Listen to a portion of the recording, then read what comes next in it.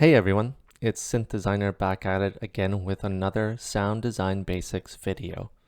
Today I wanted to get into LFOs, or low frequency oscillators.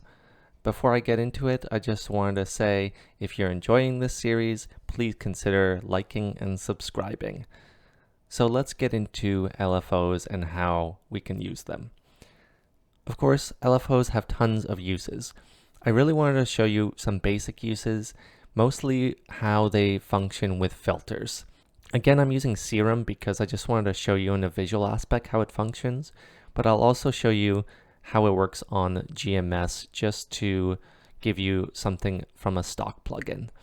So let's just attach an LFO here and give us a practical way of seeing it. So let's take LFO 1 and attach it to the filter. Actually, let's take it, bypass it for a second and hear the sound. A typical warm pad sound with a saw wave, a few voices of unison.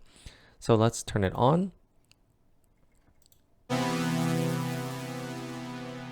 already we see it working. And the great thing is, of course, you can see it working on Serum because of this blue line flowing. Actually, if you set it to trigger mode, it'll start at the beginning every time. So we'll see how it functions from a full standpoint. Right now I have it set. You can set the rate here, and this is how long it will take for it to go through this pattern. You could change the patterns here, and every single synth will have some basic ones. So I'm gonna just go with a sine wave, for example. And let's change it to half or a bar maybe. So I just held it for a bar, and you can see how long it takes it to move through this section. And take a look over here and on the filter and how it's affecting it. You can see it opening and closing as we have this, as it's moving through this sine wave, right? And that's what's so cool about LFOs. They change over time. They give you movement. Whereas if we turned it off, we have nothing. We just have the very basic envelope 1 right now, which is this kind of extended, with an extended decay and a little bit of sustain. But it doesn't give us any movement. It just keeps the filter this way. Now, sine is just one way. I often like using the triangle. I just find that gradual opening and gradual closing really pleasing, right? Actually, maybe I should attach it again. And you don't have to have it that drastic, right? Like you can change it up how much you want it to open and close. And you can also change the rate.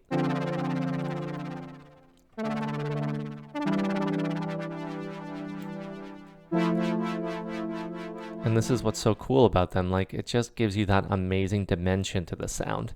And the fun thing is you don't even have to limit yourself to one LFO. You could do a couple on the same filter. So this is opening, let's open this at a 1 bar rate and the second one at a quarter note rate here. Or no, not quarter note, quarter bar rate.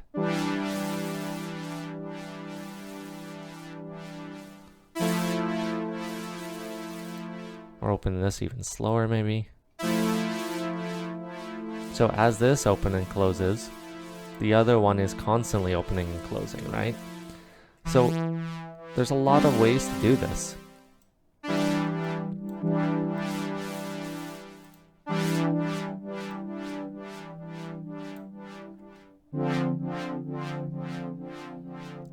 And you can switch them up, the amount, right? So we have this one opening just slightly, while the other one is opening and closing a lot more. So you can hear that undertone, right? Let's maybe turn it up a little bit. You can hear the undertone here of LFO 2, while LFO 1 operates constantly. And that's a great aspect of LFOs. There's just a ton of things you can do to them. And I don't want to get too technical in this video. So let's head over to GMS and just show you basically the same thing. I have a similar setup here.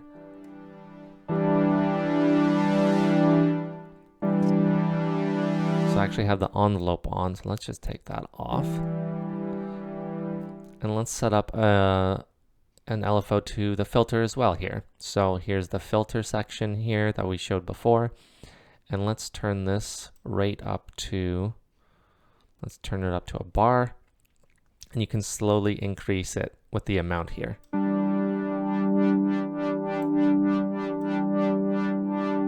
Sorry, here is on the bar. I always get those confused on the LFO. And it's on, again, it's on a sine wave here. Again, and then you can change it. There's going to be obviously limitations to GMS, but the basic shapes are here. And when it comes to vintage sounds, for example, you'll often see just the basics anyway. So it's kind of up to you on how you use them. If you want more types of shapes and different ways of using them, then of course other synths will be beneficial. But when you're just using like basic, if you're making basic vintage sounds, then the four main ones like sine, triangle, square, and saw are gonna be more than enough.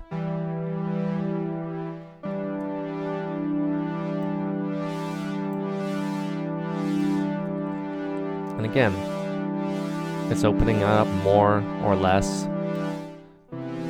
So you're making the exact same sounds here as you would on Serum. I know a lot of people, feel limited by the stock plugins on FL Studio, but it's oftentimes just about learning the basics.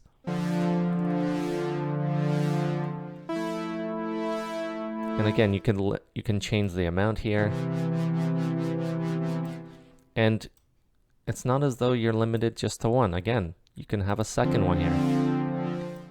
So we can make this one super slow on the same shape.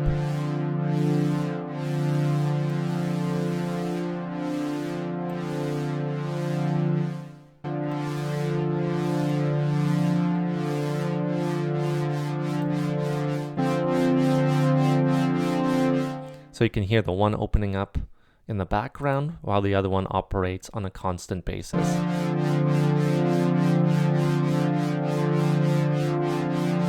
So you can kind of get that layered sound to it. One opening up slowly, the other one constantly wobbling back and forth.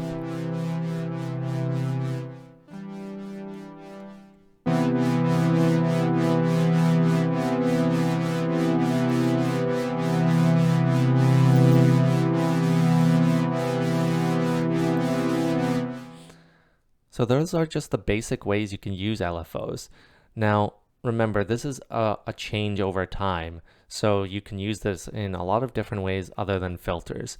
And I'm sure I'll do another video on just LFOs and just envelopes, just to show you more ways you can use them. But for now, I just wanted to set you up with some of the basics. I really hope you enjoyed this video, and I'll see you next time.